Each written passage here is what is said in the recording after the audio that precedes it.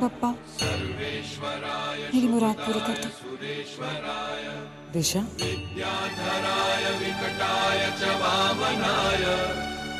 शिखा जी, शिखा जी आप बाहर से आ रही हैं ना? आपने डीके और वेदांत को देखा क्या? डीके, वेदांत यहाँ? नहीं दिशा, मैंने उन लोगों को बाहर जाते हुए नहीं देखा। मैं तो तुम्हें ये बताने आई थी कि मैंने तुम्हारी जमानत के लिए एप्लीकेशन दे दिया है। क्या हुआ? ये सुन के तुम खुश नहीं हो? नहीं नहीं शिखा जी, वो बात नहीं है। आप मेरे लिए जो भी कर रही हैं, मैं उसके लिए बहुत आभारी हूँ। पर वो डीके यहाँ पर आया था। पहले तो मुझे लगा कि मुझे धोखा हुआ है, लेकिन मुझे कांस्टेबल ने बताया कि डीके पूरी रात लॉकअप में था, किसी पुलिसमैन को मारने के जुर्म में। जब वो जा रहा था तब मैंने उसे पुकारा भी था। उसने शायद मेरी आवाज सुनी भी, पर थोड़ी देर के लिए रुका और फिर चला गया। मैंने वेदांत को भी भेजा था उसके पीछे, लेकिन वेदांत अब तक वापस नहीं आया। पता नहीं वेदांत अब तक वापस क्यों नहीं आया।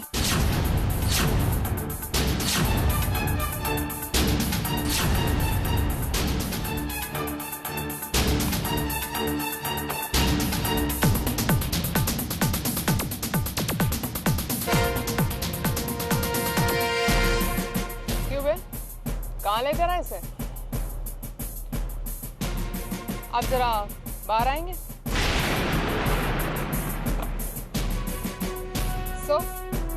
घायल प्रेमी वेदांत सहगल। आपकी वजह से आज मेरा क्या नुकसान हो गया है आप खुद नहीं जानते। कंचन कोपिकर सिर्फ अपना काम जानती है। जाने से पहले मैं डिश से बात करना चाहता हूँ। वैसे मुलाकात का वक्त तो खत्म हो चुका है, लेकिन हाँ, अगर वेदांत सहगल ने ठान ली है और उसे भगवान भी नहीं रोक सकता, तो फिर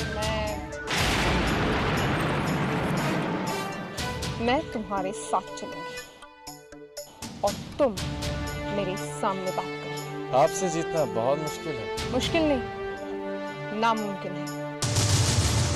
It's impossible। चलें? आप आगे चलिए, वरना लोग कहेंगे कि मेरे पीछे पुलिस है।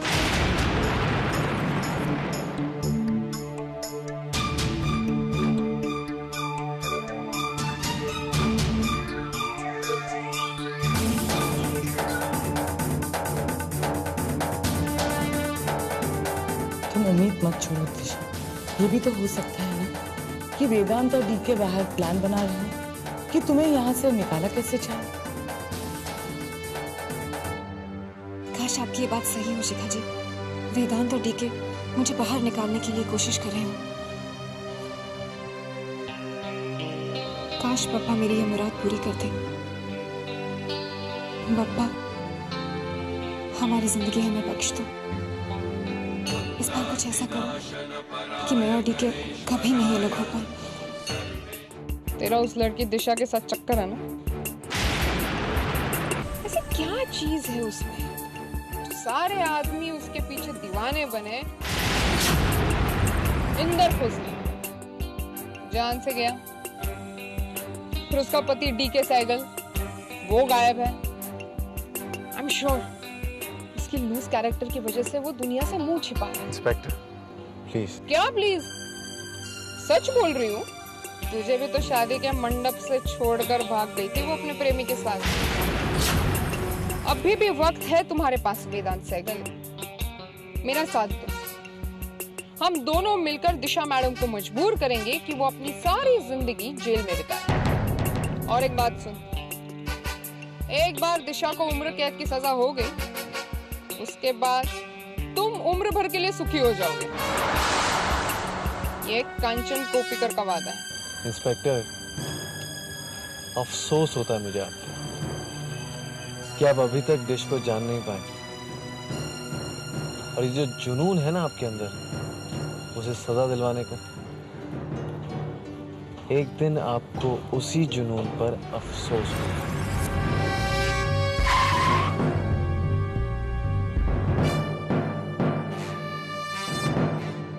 चले? भाई मानना पड़ेगा, तुम्हारी अकल की दाद देनी पड़ेगी। जो हासिल करना चाहती हो कर लेती हो। वो तो है, और अब मैंने क्या किया? क्यों? तुम वेदांत को हासिल करना चाहती थी तो कर लिया।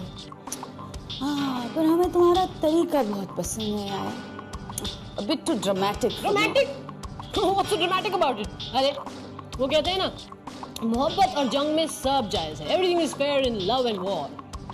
तो आप इतना परेशान क्यों हो रही हैं? और वैसे भी मैंने कोई मेलोड्रामा तो किया नहीं ना, मैंने ये तो नहीं कहा कि मैं वेदांत के बच्चे की माँ बनने वाली हूँ, या फिर मैंने आपसे ऐसा भी नहीं कहा कि आप मेरी वेदांत से शादी करा दीजिए। कोई इमोशनल ब्लैकमेल, कुछ ड्रामा, कुछ किया मैंने? सही कह रही। अब देखो ना, वेदांत तुम्हारी हर बात मानता है, हमारी बात तो मानता ही नहीं। सर तुम उसे समझाओ ना कि ऑफिस जाने लगे और जल्द से जल्द कनका पर कब्जा कर ले। कितना वक्त हो गया, किसी ने कनका को ध्यान ही नहीं दिया। लोगों ने खूब मनमानी की होगी। अब वक्त आ गया है कि वेदांत कनका पर कब्जा कर ले और उसकी बागडोर अपने हाथ में ले ले। इतनी सी बात है गार्गी आंटी, आप चिंता मत कीजिए, वेदांत को आने दीजिए, उसके आने के बाद मैं पहली बात कनका के बारे में करूँ। That's like good girl।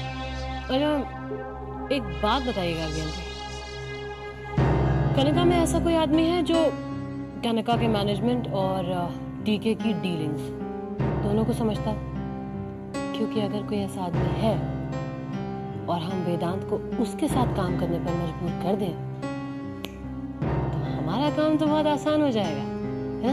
Mister मित,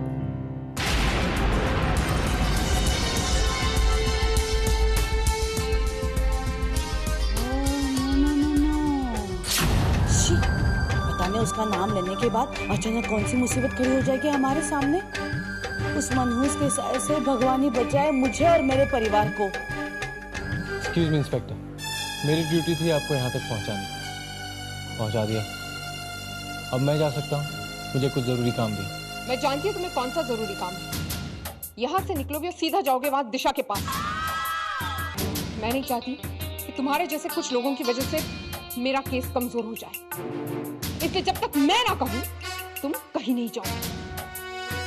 बोला सुकन्या जी। आता काय सांगू, उसका तो नाम लेने से भी मुझे डर लगता है। पता नहीं दूसरे लोगों ने आपको क्या बताया उसके बारे में, लेकिन सच तो ये है कि दिशा का इस खानदान से कोई लेना देना नहीं है। उसके रगों में तो खूनी का है। उसका जो बाप है देवा, वो हमारे यहाँ नौकर था। उसने ताई के बेटे को, मतलब रानो के बड़े भाई को मार दिया, हत्या कर दी और इस दिशा को हमारे घर पे छोड़कर भाग गया। देवा को तो भगवान ने सजा दे ही दी, देवा की तो हत्या हो गई। मुझे पूरा यकीन है उसे तो नर्क में ही जगह मिली होगी, लेकिन ये दिशा तो भगवान, मैं क्यों उस मनोज का नाम बार बार ले रही हूँ। सुन भाई, आगे क्या क्या हुआ ना वो तू ही बता दे अब इंस्पेक्टर को। मुझे तो लग रहा है कि उस मनोज का नाम लेने से तो मुझे नर्क में भी नहीं जगह मिलने वाली। दरअसल बात यह है इंस्पेक्टर, दिशा ने डीके के दौलत के लालच में आकर अपने पुराने प्रेमी इंदर को छोड़ दिया और डीके से शादी कर ली। भला सोचिए, कोई अपने बचपन की मोहब्बत को ऐसे थोड़ी ठुकरा सकता है। और जैसे ही दिशा को पता लगा कि डीके की दौलत में नुकसान हो रहा है और उसकी दौलत कम होने लगी, तब दिशा ने अपना अगला निशाना उसके छोटे भाई वेदांत को बना लिया। सॉरी टू इंटरप्ट, लेकिन बेफजूल की कहानियां सुनने का मुझे कोई शौक नहीं। और अगर आपको मुझसे कोई और बात पूछनी तो आप मेरे वकील से बात कीजिए। I'll take leave now। कौन है गार्गी आंटी? कौन जानता है कनका को अच्छी तरह? मिस्टर मेहता कौन है? नहीं, मिस्टर मेहता नहीं, एक और इंसान है जो कनका और डीके को अच्छी तरह से जानता है। वो तो उसका नाम तो होगा। Obviously। सब्र करो, पता चल जाएगा।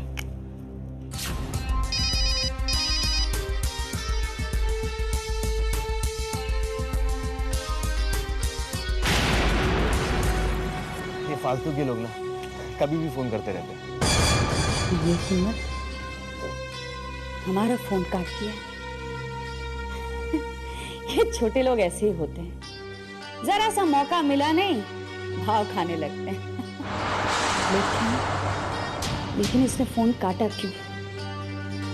आखिर इस वक्त कहाँ है ताज? थैंक्स अ लॉट ताज,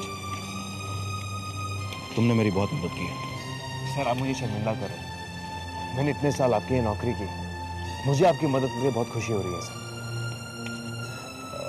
वैसे सर मुझे एक बात समझ में नहीं आई कि आप बस में क्यों जाना चाहते हैं? आपको तो फ्लाइट या ट्रेन की एसी फर्स्ट क्लास में जाना चाहिए। आखिर आप दुष्यंत कुमार सहगल हैं। मैं क्या हूं मैं अच्छी तरह जानता हूं ताज। मैं एक गुमनाम जिंदगी जीना चाहता हूं, किसी ऐसी जगह जाना चाहता हूं जहां ना मुझे कोई जाने ना पहचाने। अगर मैं ट्रेन या फ्लाइट में जाऊंगा तो किसी को भी पता चल सकता है कि मैं कहां गया। पहले मैं बस से शहर छोड़ूंगा, उसके बाद देखूंगा कि मैंने कहां जाना है। जैसी आपकी मर्जी सर। थैंक्स ताज, गुड लक।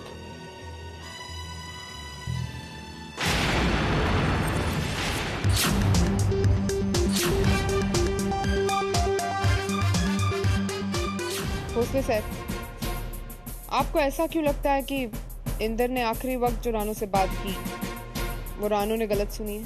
हालात की वजह से इंस्पेक्टर। रानू को इंदर और दिशा के पुराने रिश्तों के बारे में पता चल चुका था, जिसकी वजह से रानू के बच्चे की मौत हुई थी। फिर सामने लेटा हुआ पति अंतिम सांसें गिन रहा था। ऐसे में कोई भी औरत अपने होशाहवास में कैसे रह सकती है इंस्पेक्टर साहब? इसलिए मैं कह रहा हूं रानू ने गलत सुना है। बिल्कुल गलत। मैंने जो कुछ भी सुना बिल्कुल सही सुना। सच तो यह है कि जिंदगी में पहली बार सही सुना। बचपन से मैंने दिशा की हर बात पर भरोसा किया, लेकिन वो दिशा हमेशा से मुझे झूठ बोलती आई। मेरा तो सब कुछ खत्म हो गया, मेरा पति, मेरा बच्चा और दिशा का बोला गया हर एक झूठ भी। अब तो बस एक ही चीज बची है मेरे पास, पति के बोले गए आखिरी शब्द। इंदर ने मुझसे कहा था आजुबा कि उसकी मौत की जिम्मेदार दिशा है, और मेरी ये समझ में नहीं आता कि आप ऐसी लड़की का साथ क्यों दे रहे हैं जिससे आपका कोई खून का रिश्ता भी नहीं है। चुप रहो। अब मैं चुप नहीं रहूंगी आजुबा।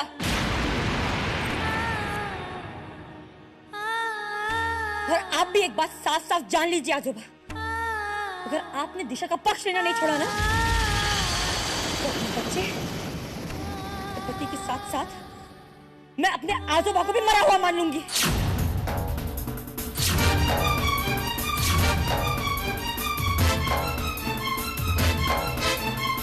बाबा, मैं जानती हूँ आप दिशा से बहुत प्यार करते हैं, मगर जिस तरह से आप उस पराई लड़की को बचाने की कोशिश कर रहे हैं, याद रखना आपकी ये कोशिश आपके अपनों को बहुत तकलीफ पहुंचा रही है।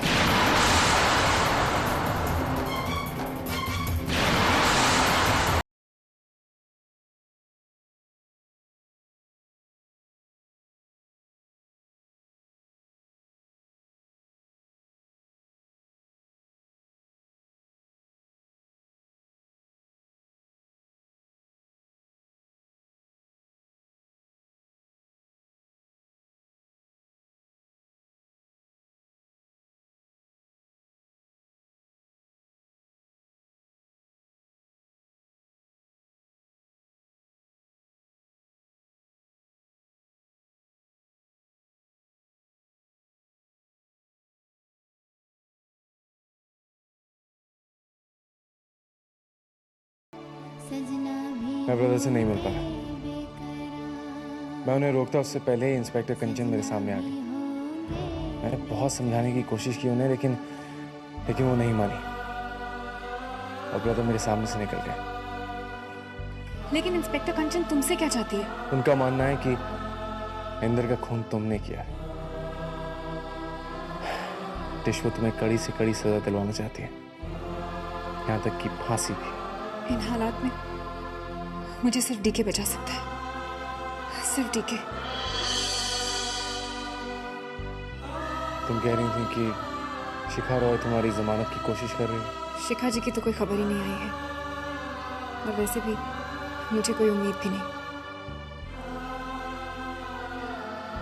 मैंने अब सारे फैसले तकदीर पर छोड़ दिए, लेकिन शायद तकदीर भी मेरा साथ नहीं देगी। वरना इतना पास आकर भी डीके मुझसे बिना मिले कैसे चला जाता? नहीं रेश, देखो हिम्मत मत हारो। हम अब भी ब्रदर से मिल सकते हैं। एक आदमी है जो हमें उनसे मिलवा सकता है। कौन? वही जिसने ब्रदर की जमानत करवाई थी। उसका नाम कुछ ताज है। ताज? हाँ, तुम जानती हो उसे? Of course. तुम्हें याद है मैंने तुमसे एक बार मिलवाया था उसे डीके के ऑफिस में? डीके का राइट हैंड मैन है वो तुम्हें जरूर डीके तक पहुंचा देगा। लेकिन उस तक कैसे पहुंचा जा सकता है? एक इंसान है जो हमें ताज तक पहुंचा सकता है। कौन? छोटी माँ। ये ताज ना हमारा फोन उठा रहा है, ना कॉल बैक कर रहा है। उसके भी पर निकल आए हैं। भाग्य आंटी, ताज नहीं है तो भूल जाइए ना उसको। लंका में कितने आदमी हैं, कोई भी हमारा काम कर देगा। लेकिन वो ताज हमारे भरोसे का आदमी है। लेकिन आज वो भी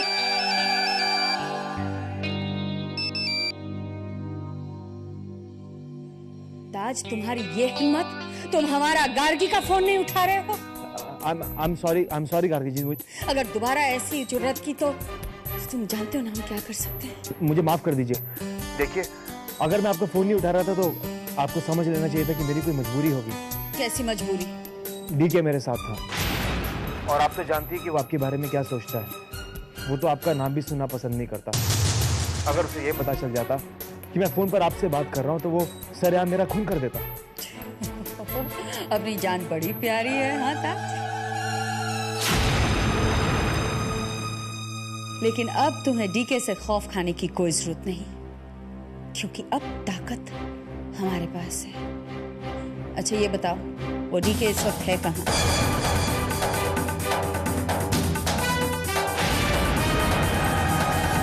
वो तो शहर छोड़ के चले गए, लेकिन कहाँ गए मुझे कुछ मालूम नहीं। लेकिन इतना जरूर कह सकता हूँ कि जो कुछ भी हो रहा है अच्छे के लिए हो रहा है। बकवास बंद करो ताज।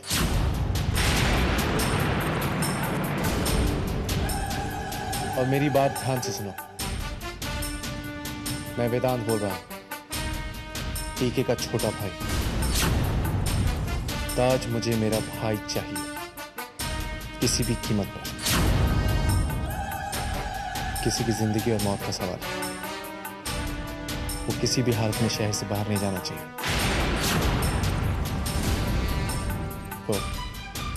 स्टॉप।